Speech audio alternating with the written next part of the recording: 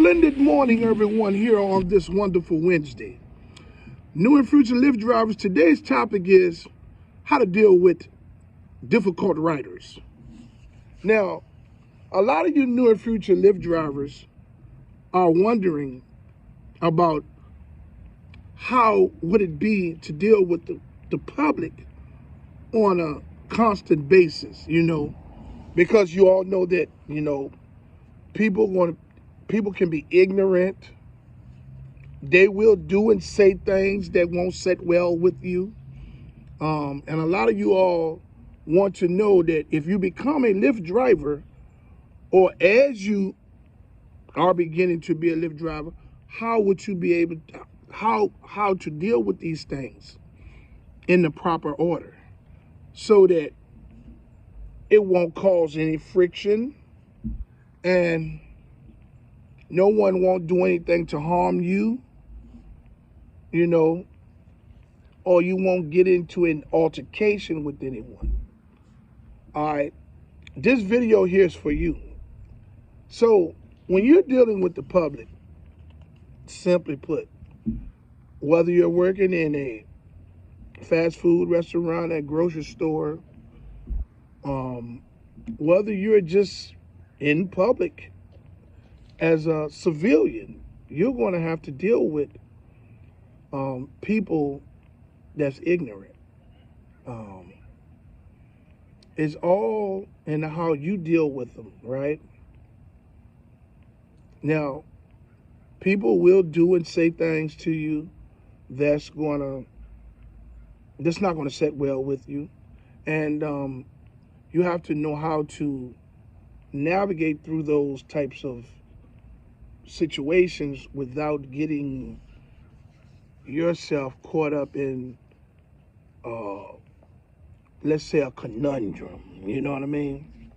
So when it comes to being a Lyft driver, you new and future Lyft drivers, dealing with the public is something to deal with.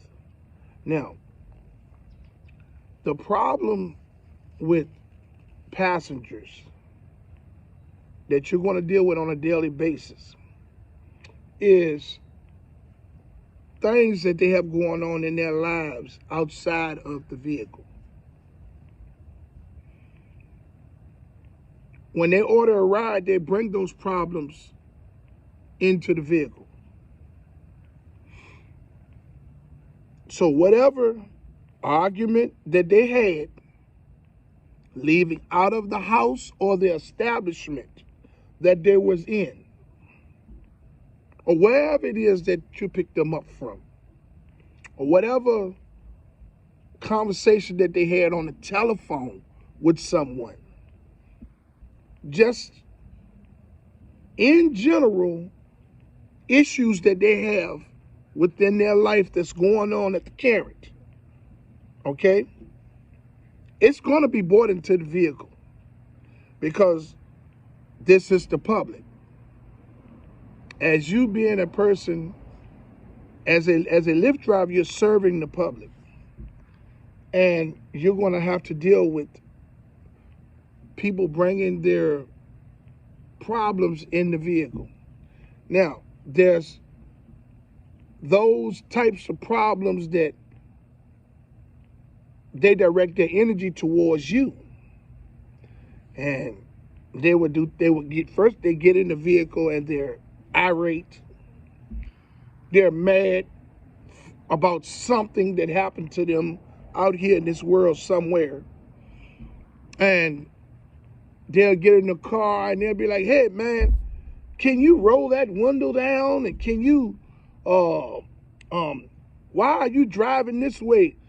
I don't supposed to be going this way. The other drivers don't take me this way. I feel like that this should be a better route, and this, that, and the third. So, okay. Or they would do things like this. They would get in the car, and they would be talking on the phone or arguing or having an altercation over the phone with someone, and they would be hitting the seats, stomping their feet, talking loud, doing all kinds of stuff. And you'll be saying to yourself, what is all, I mean, I don't have nothing to do with this. But these things will make some drivers nervous. This in turn interferes with your ability to drive them to where you need to take them to and drop them off. Okay? Then you will get those that will get in the car and crying profusely, upset, and from whatever bad day or whatever situation has happened to them. So the emotions of the customers will come inside of the vehicle. Well, I'm going to give you some tips on how to deal with these types of situations. Now, if someone's crying and they're not bothering you, they're just crying to themselves and, sobbing for whatever reason, they don't say anything or nothing like that, you just, it's best to just leave them alone and just, drive them where they need to go. Sometimes you can offer them a word of encouragement, like, hey, it's going to be okay. I hope everything will be all right, or something like that. Just give them some type of words of encouragement if you choose to, or either you can just be quiet and just let them have their moment. You know what I'm saying? Okay? But the ones that get in your vehicle that's talking loud on the cell phone, arguing back and forth with someone on the other end, hitting the seats, stomping, you don't deal with that. What you do in that situation is you ask them, say, excuse me, with all due respect, can you please tone that down? More than likely, they're not going to tone it down. They might even get smart with you, right? But you give them a warning. You ask them, you say, can you please tone that down? If they don't tone it down, you pull over to the nearest parking lot, somewhere here to the right or the left. You go into the driver's app, you cancel the trip. The driver's app is going to give you some prompts. It's going to ask you why you're canceling the trip. Okay? You explain that the passenger is being irate and is creating problems that's hindering you from driving them to the destination in a safe manner. You cancel that trip and you ask that person to exit the vehicle. See, whatever they're going through out there in this world, you have nothing to do with it. You were summoned to pick them up and drop them off. Okay? If their anger and emotions interfere with you doing that, then you have to cancel the trip, because it could create a problem where it could cause you to be nervous and you could have an accident, or that person could direct that anger towards you and try to do bodily harm to you because of their anger.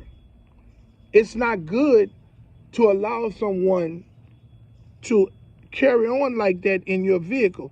Look, I know a lot of you drivers are what you call introvert people that won't say anything, people just allow the people, period, to just, get by with things that they do and stuff like that. If you are introverted individual, being a driver on the Lyft platform is not going to work for you. Or Uber. It's not going to work for you. Because this is, you have to open your mouth. Because the passengers will run you out of your own vehicle or the vehicle that you're paying for. The moment a passenger enters your car with a bunch of bad energy that interferes with your ability to drive them and drop them off safely, you pull over, you cancel that trip, and then you explain why you canceled that trip later. But you pull over, you cancel that trip, and you ask them to exit the vehicle. Say your money has been refunded. And ask them to exit the vehicle. You don't have nothing to do with what's going on out here. Your goal is to get them where they need to be at as safe as possible. Do not get into any back and forths with the passengers. If they threaten you, none of that. Don't allow no one to threaten you or do anything to you to harm you, okay? They talk all the head, man, I hit you upside your head. You tell them, say, no, you ain't gonna hit me upside my head. And then what you do is you pick up the phone and you call the police to save yourself, okay? Because you don't want no one putting their hands on you and you have to retaliate, and it could be a whole big mess. So I'm just telling you, the best way to handle things is to pick up the phone, call the police. Say, oh, you pull over, cancel the trip, pick up the phone, and call the police. If the person won't leave the vehicle, pick up the phone, call the police. Okay? Ain't no more you can do. You know what I'm saying? Now, you don't let them put their hands on you. You protect yourself. By any means necessary. If they put their hands on you, you protect yourself. But these people in the public, no matter what city or state that you're driving in, your new and future Lyft drivers understand that you're going to deal with bad passengers. I can't say what percentage of the time, but when you're dealing with the public, it's up in the air. And it really doesn't have anything to do with how bad the city or state is that you're living in and that you're driving in. It's just people, period. Their expectations of the drivers. Drivers are the lowest on the totem pole. That's why Lyft and Uber treats the drivers the way that they treat the drivers.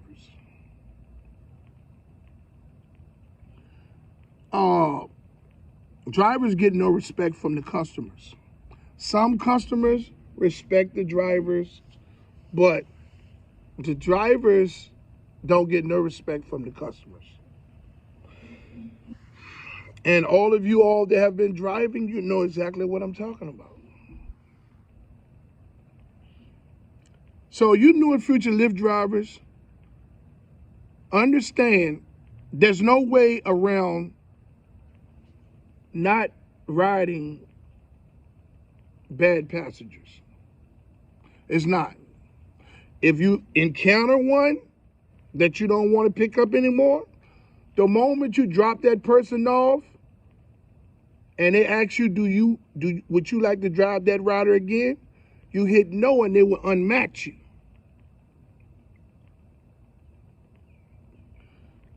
But if you get a rider that's so angry and out of control that you have to cancel the trip, you pull over to the nearest parking lot, safe space on the side of the road, cancel the trip. You ask that individual to exit the vehicle. Their money has been refunded. and you go on about your business. We don't have to deal with that, people. We don't. I wanted to leave this video today for you new and future Lyft drivers and those of you who enjoy watching my content on how to deal with people in the public, because you're gonna as a new and future Lyft driver, you're gonna deal with on a constant basis angry people. Some of it can get really bad, and you have to keep your composure. Now, you don't allow anyone to put their hands on you. You know, you cancel the trip. Ask them to exit the vehicle. If they don't exit the vehicle, you call the police. You step out of the vehicle and call the police. That's it. I would like to say that I fully support the striking and protesting efforts of Lyft and Uber drivers and gig workers from city to city and state to state. I commend you all for your unselfish approach to fight for change. Hey, if we don't get any change, I stand with you all 100%, because it was a courageous effort for you all to fight for change for everyone. Hey, I love everyone out there in this world, and I hope everyone loves me back. Find somebody to love today, even the ones that's ignorant. It'll make you feel better. Until my next video, let's get this bread, baby.